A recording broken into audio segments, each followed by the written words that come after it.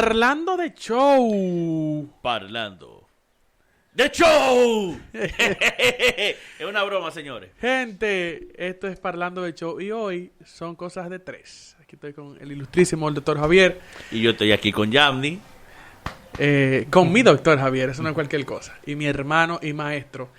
Y estamos en cosas de tres, pero antes de cualquier cosa, háganos el grandísimo favor y suscríbase. Active las notificaciones, comparte este video. Y ahí debajo, deje su comentario, por favor. Deje su comentario. El de los filtros, si a ustedes les gustó, porque mi jefe estaba... Ay, el filtro, Dios mío. Ay, Dios mío. Porque mi jefe estaba acabando con algunos que se ponen unos filtros y cuando uno lo ve en la iglesia, Señor, ten piedad de nosotros. Pero bueno, deje su comentario ahí debajo. Para que Dios lo ayude y para que, como diría mi querido Javier, no se lo lleve. ¡El diablo! Eso quedó bien, no se lo lleve.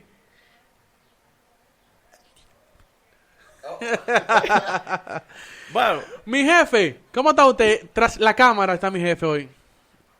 A ver, ahí. Él está bien. Cuéntenos, que usted siempre que viene con algunas curiosidades, y hoy sí nos preparamos, señores, porque mire, que tenemos muchas cosas aquí. Cuente. Señores, mi jefe está cambiadito. Que nos cuente para dónde él andaba y qué andaba haciendo, porque ese flow... Yo estaba trabajando. Y nada. Ay, lele. Ustedes saben que hace poco, la semana pasada fue Corpus Christi, donde se celebra la Eucaristía, Jesucristo pan sí. Y vida, ¿verdad? Cuerpo, ¿cómo es? Solemnidad del Santísimo Cuerpo y Sangre de nuestro Señor Jesucristo, Corpus Christi. Entonces, yo quiero que ustedes aquí arrecien y expliquen por qué la Eucaristía es un sacramento como tal. Denle para allá. Estoy allá atrás porque hoy estamos flojos de personal. Es que el jefe no depositó a tiempo. El hombre no depositó a tiempo, señor, y el personal se nos mandó. Antes de entrar como en la materia así como tal eucarística, ¿qué es un sacramento? Bueno, un sacramento... Porque, discúlpame, sí. Porque para poder responder a lo que el jefe quiere, que por qué la Eucaristía es un sacramento, hay que saber qué es un sacramento como tal.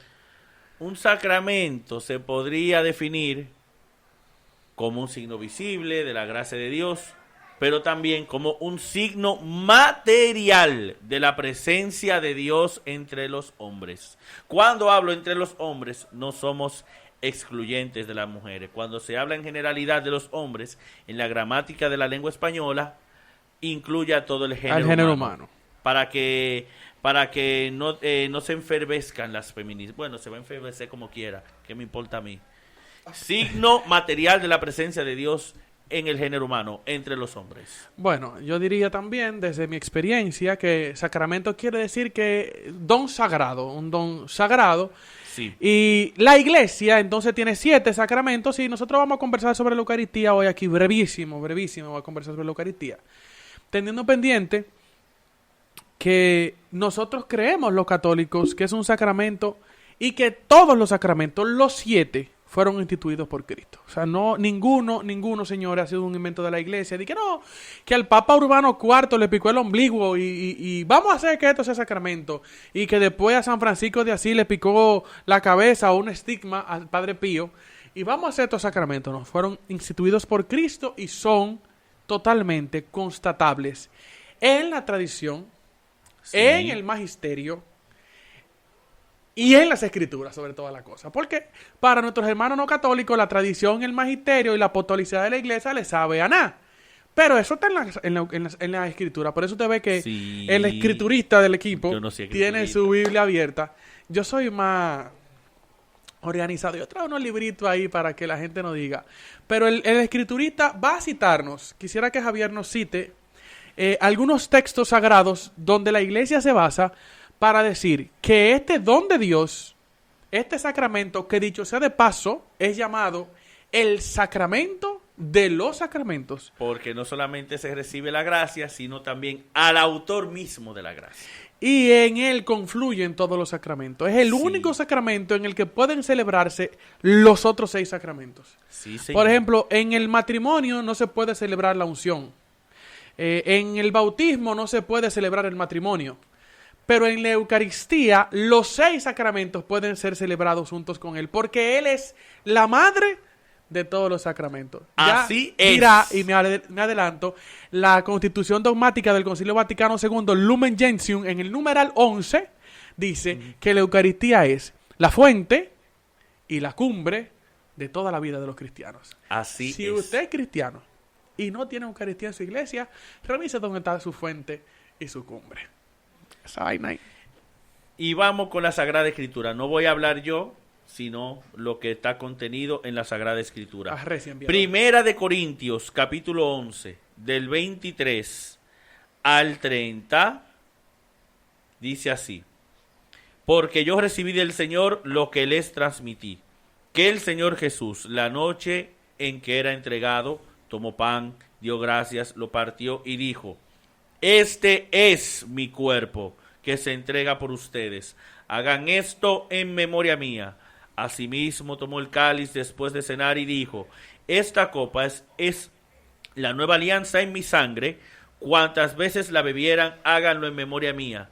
Pues cada vez que coman este pan y beban este cáliz, anuncian la muerte del Señor hasta que venga. Detente ahí. Paréntesis. Ok. Interesante lo que dice Javier, es que Javier está citando a San Pablo en la carta a los Corintios, primera carta de Corintios, capítulo 11, pero lo que San Pablo está diciendo fue lo que nosotros sabemos que pasó en la noche de la última cena. El Y Jueves que Santo. le fue transmitido.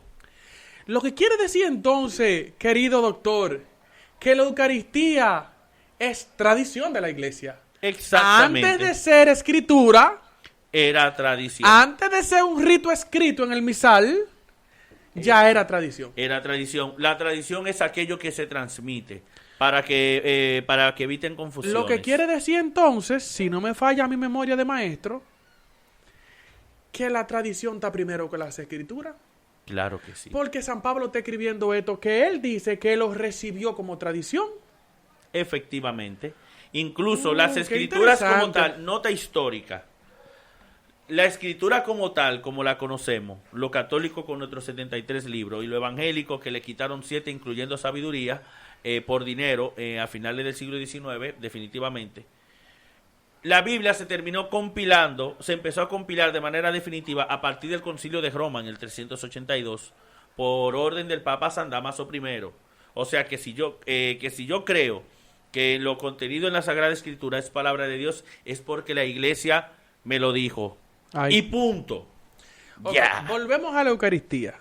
Es tradición y antes de ser ritual, antes de ser declarada sacramento y antes de ser puesta en las escrituras, ya la iglesia que existía primero que la Biblia celebraba la Eucaristía. Exactamente. Okay. Entonces, No, quiero ir aclarando eso, Es- porque como yo soy un poco bruto, se me tapan algunos muy, sentidos. y muy buen paréntesis. Entonces vamos a continuar. A esto yo quiero que se le llame la atención lo que voy a ir leyendo aquí. Por tanto, quien coma el pan o beba el cáliz del Señor indignamente, será reo del cuerpo y de la sangre del Señor. Así que cada cual se examine interiormente antes de comer el pan y beber del cáliz. Pues quien come y bebe sin discernir, paréntesis, presten atención a esta palabra, discernir el cuerpo, come y bebe su propia condena. Por eso hay entre ustedes tantos enfermos y achacosos, y mueren no pocos. Entonces, si Pablo está diciendo que el que come la Eucaristía indignamente porque no ha discernido que Cristo está ahí, se condena. Si entonces... Tiene alto riesgo de condenarse. Si entonces... No. Dice Se Pablo... condena, se condena. No me lo cambie. Dice la Escritura. Ok, se lo llevó el diablo. Entonces, lo que dicen nuestros hermanos no católicos, que la Eucaristía simbólica es una mentira. ¿Por qué un símbolo no me puede condenar? Un símbolo no condena, pero más algo real sí. O sea que ya la misma Escritura enseña, queridos hermanos, que la Eucaristía es real, porque Cristo está real. Y como yo decía ahorita, prestar atención a la palabra discernir. El doctor en Sagrada Escritura, Fernando doctor en Casanova. Exactamente, el maestro Fernando Casanova. Un gran saludo, profesor. Vean nuestro video y compártanlo. Explica que él estudiando, en su camino al catolicismo, estudiando los textos originales en griego koiné del Nuevo Testamento, la palabra discernir en griego koiné usa la palabra diacrinon. ¿Y qué significa diacrinon? Darte cuenta de la verdad que yace dentro de esos elementos. Ves pan, pero no es pan. Sabe a vino, pero no es vino. Ves pan y es carne, sabe a vino y es sangre. Y ya, lo dijo Cristo, lo creo, punto, y se acabó. Palabra del doctor Martín Lutero, que tuvo una discusión con Zwinglio, porque el tema de la reforma protestante también era un conflicto político también, de la independencia de muchos reinos europeos con relación a los reinos católicos. Y estaban en discusión Zwinglio y el doctor Martín Lutero sobre si era presencia real o no, y Zwinglio decía que era simbólico, el doctor Lutero no, y el doctor Lutero escribió en una euforia, en latín, Cristo lo dijo, yo lo creo, punto, y se acabó. Y yo comparto esa postura del doctor Martín Lutero. Bien, ya vimos algunos elementos bíblicos. Yo, para avanzar, voy a citar primero el Catecismo Católico y luego, dentro del Catecismo voy a hacer una cita de un padre apologista del siglo II, San Justino, y por último voy a citar lo que dice San Francisco de Asís. Antes de lo que tú digas, San Francisco de Asís, para explicitar algo del discurso del pan de vida, porque es muy amplio, pero quiero explicitar alguna cosita. Pero tome sus 2 minutos de fama. Ok. Miren, en el Evangelio de San Juan, capítulo 6, también habla del discurso de la Eucaristía. Y para no ser tan largos, cuando Jesús dice, yo soy el pan vivo que ha bajado del cielo, el que come de este pan vivirá para siempre, y el pan que yo daré es mi carne para la vida del mundo, los judíos dicen, ¿cómo va a darnos a comer su carne? Y Jesús dice, el que no come la carne del Hijo del Hombre y no bebe su sangre, no tiene vida no tiene vida eterna. Jesús, en los escritos originales del griego koiné, Jesús siempre usó la palabra hófage, que significa comer. Incluso nuestros hermanos no católicos pueden tomarlo como referencia a comer simbólicamente, pero a partir del versículo 53 o 54, en el griego koiné original, cambia de la palabra hófage a jotrogon. ¿Y qué significa jotrogon? Masticar, morder, roer. En otras palabras, el que roe mi carne, el que mastica mi carne, el que muerde mi carne y bebe mi sangre, tiene vida eterna. En pocas palabras, simbólicamente usted no va a masticar ni va a morder. Usted muerde. Ahí usted está mordiendo. Y eso no es simbólico. La macó. Hay que macar el cuerpo de Cristo. ¿Tú quieres entrar en la vida eterna? Debes comerte a Cristo. Y Cristo gustosamente se va a dejar comer. Bueno. Para que te salves y no te lleve el diablo. Los elementos básicos de la Eucaristía, señores, son pan y vino, como fue en la última cena que ya citó Javier en el capítulo 11 de la carta a los Corintios, la primera carta a los Corintios, y lo que ya dicen los textos sagrados. Pero me quiero quedar con 2 elementos del catecismo. Primero, el numeral 1324 del Catecismo de la Iglesia Católica, citando a Lumen Gentium 11, comienza diciendo, la Eucaristía es la fuente y el culmen o la cima o la cumbre de toda la vida cristiana. Rectifico si usted es cristiano y en su iglesia no hay Eucaristía, revísela. Escrútese. Se están muriendo de hambre. Y mucho. No es un símbolo. Hermanos, la Eucaristía no es un símbolo, por Dios, es Cristo. Porque yo estaré con ustedes todos los días hasta el fin del mundo. Por eso nosotros creemos que en el sagrario Cristo está. Cristo no se mete en el pan y después se sale. Él está para siempre. Él no entra y después se sale. Él está ahí para siempre. Los demás sacramentos, dice el Catecismo Católico 1324, los demás sacramentos, como también todos los ministerios de la Iglesia y todas las obras de apostolado, están unidas intrínsecamente a la Eucaristía y se ordenan hacia la Eucaristía. Dice el Catecismo Católico, la Sagrada Eucaristía en efecto contiene todo el bien espiritual que la Iglesia necesita. Es decir, contiene al mismo Cristo, que es nuestra Pascua y nuestra paz definitiva. Catecismo Católico, 1324. Pero quiero citar a San Justino Mártir en el numeral 1345. En el siglo II, el emperador San Antonino Pío estaba intrigado por lo que hacían los cristianos y él le escribe una carta a Justino en el siglo II y le pregunta que qué es lo que hacen los cristianos cuando se reúnen, porque él dice, pero ¿por qué que se reúnen y qué hacen? Yo quiero saberlo. Y Antonino era un pagano. Perdón, y se creía en ese tiempo, Antonino creía y muchas del imperio creían que los cristianos se comían a un niño llamado Crestus. Ok, entonces lo que tenían como caníbales. Y Antonino quería salir de esa duda y le escribe a Justino, mira, yo quiero saber qué es lo que hacen. Búsquelo en internet. No, mire, no lo busquen en el catecismo. Búsquelo en internet en la historia, por favor. Porque usted va a decir que los católicos jugamos con el catecismo. Búsquelo ahí. Y Justino le devuelve esta carta diciendo, señores, escúchenlo porque es lo que ustedes ven en misa. El día que se llama del sol, tiene lugar una misma reunión con todos los que viven en el campo o en la ciudad. Primero, se leen la memoria de los apóstoles, los escritos, y luego también los escritos de los profetas, como les sea posible. Lo primero que hacemos en la misa es la liturgia de la palabra. Cuando los lectores terminan, el que preside la reunión, o sea, el sacerdote, toma la palabra para incitar a imitar las bellas cosas que hemos leído. Quiere decir entonces que después de la liturgia de la palabra, dentro del mismo espacio de la liturgia de la palabra, hay una homilía. Estamos hablando del siglo II. Estamos hablando del siglo II. Luego de que él termina de exhortarnos, nos levantamos todos y oramos por nosotros, por los demás donde quiera que se encuentren, a fin de que seamos hallados dignos en nuestra vida y en nuestras acciones, y seamos fieles a los mandamientos para alcanzar así la salvación eterna. Después de la homilía se hace la oración universal o las peticiones. Estamos acabando, no se preocupen. Cuando termina la oración, nos besamos unos a otros con el ósculo santo, la paz, que es lo único que ha cambiado. La paz ahora se da después de la consagración. Antes no era un abrazo, antes era un ósculo, un beso santo. La paz contigo y con Ajá, tu juntando los cachetes, pam, pam, muy bien.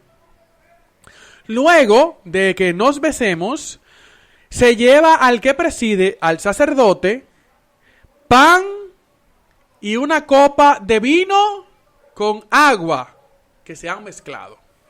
Ahora la diferencia es que se lleva el vino para que se mezclen en el altar. El que preside toma estos dones y los eleva con una alabanza de gloria al Padre del universo, por su Hijo Jesucristo en el Espíritu. Esa es la plegaria eucarística, señores. Y cuando la plegaria termina es así que termina. Por Cristo, con Él y en Él. A ti, Dios Padre Omnipotente, en la unidad del Espíritu Santo. Siglo II, siglo XXI. Esta es la iglesia, esta es la iglesia de Cristo. Y da gracias, en griego, Eucaristía. Y esa plegaria es larga, para que hayamos sido juzgados dignos de los dones que vamos a recibir. Cuando terminan las acciones de gracias, todos los presentes pronunciamos un gran amén. Antes del Padre Nuestro es el amén más grande de la misa. Cuando el que preside ha hecho la acción de gracias y el pueblo ha respondido amén, los que entre nosotros se llaman diáconos distribuyen el pan y el vino eucaristizados. Miren qué curioso la palabra que usa San Justino. No dice que están consagrados. San Justino dice que el pan y el vino están eucaristizados, o sea, están transformados en la Eucaristía y los reparten entre nosotros y también los llevan a los que por enfermedad no pudieron estar en la reunión. Comunión de los enfermos y viáticos. Y eso sigue siéndose la iglesia hoy. Señores, Apología de San Justino número 1, en libro 1, número 65. Siglo II. No voy a citar esto que me prestó Javier. Hay una apología de San Justino y hay una apología aquí de San Ignacio. Pero por último yo quiero citar a San Francisco de Asís. Sí. Que es el padre que si me hubiesen puesto el nombre por el santoral, pues me hubiesen puesto Francisco. Pero él no es mi patrón es Juan Pablo II. Él es mi copatrón después de San José y de Carlo Acuti. Ojo, San Francisco era un hermano, funda la orden franciscana, pero no permitió que lo ordenaran sacerdote. Él decía que eso era demasiado grande. ser sacerdote y no permitió que lo ordenara sacerdote.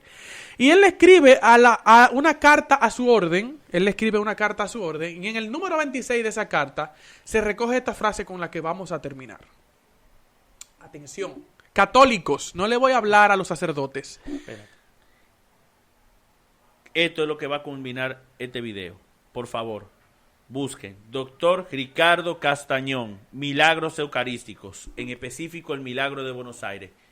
Esa es la tarea, otra tarea que ustedes tienen. Doctor Ricardo Castañón, Milagro de Buenos Aires. Para los que son escépticos en la ciencia. Católicos. Escuché al padre Nicolás desde mi convalecencia, escuché su homilía del jueves de Corpus en la República Dominicana es jueves, en otros países fue domingo. Escuchen bien. Y el padre Nicolás decía, un católico que se conforma con venir a misa y no comulgar tiene que revisarse. Yo decía, y lo publiqué en mis estados el jueves Corpus, que la comunión espiritual me deja con hambre. Porque yo sé lo que está en la mesa. Yo sé lo que vale está en la mesa. Yo sé lo que es comer de verdad a Cristo. Y hay que tener cuidado. La pandemia ha puesto a muchos católicos a comulgar espiritualmente y se han quedado muy cómodos en casa. Cristo no es espiritual nada más. Cristo es comida. Y bebida. Cristo no es digital. Cristo es comida real. Presencia real en la Eucaristía. Hay mucha gente que se conforma con leer una comunión espiritual. Cristo no es virtual. Real. Cristo es comida. Y todo lo que gira en torno a Él no es virtual. Todo lo que gira en torno a Él es real. Por favor. Gracias. Carta a la Orden Franciscana, numeral 26. Con esto termino. Cita. San Francisco de Asís. El primer estigmatizado, le celebra una llaga de Cristo. Cita. En la mano, en los pies, en el costado. Cítalo. Dicen algunos que hasta en el hombro le salió la llaga. Hay una devoción a la llaga del hombro derecho de Cristo. Mire, escuche lo que dice San Francisco, que vuelvo y repito, no permitió que lo ordenara el sacerdote porque él dice que eso era demasiado. Y dice San Francisco, el hombre debería temblar. El mundo debería vibrar. Y el cielo entero debería conmoverse profundamente cuando el Hijo de Dios aparece sobre el altar en las manos del sacerdote. Fin de cita. Esto no es juego. Cristo está presente, vivo, real. Y el infierno mismo ante la Eucaristía tiembla. El diablo mismo, visto por mis ojos, ante la Eucaristía huye. El mismo Satanás y toda su corte, ante Cristo, pan vivo bajado del cielo, huye. Tuve la experiencia con un sacerdote exorcista y el diablo le decía cuando le acercaba la custodia, quítamela que me quema, quítame eso que me quema. Y no citaba el nombre de Cristo. Cristo está presente, señores. Suscríbanse, compartan este video, que llegue a más gente. Recuerden que esto es Parlando de Show y nosotros somos Cosas de Tres.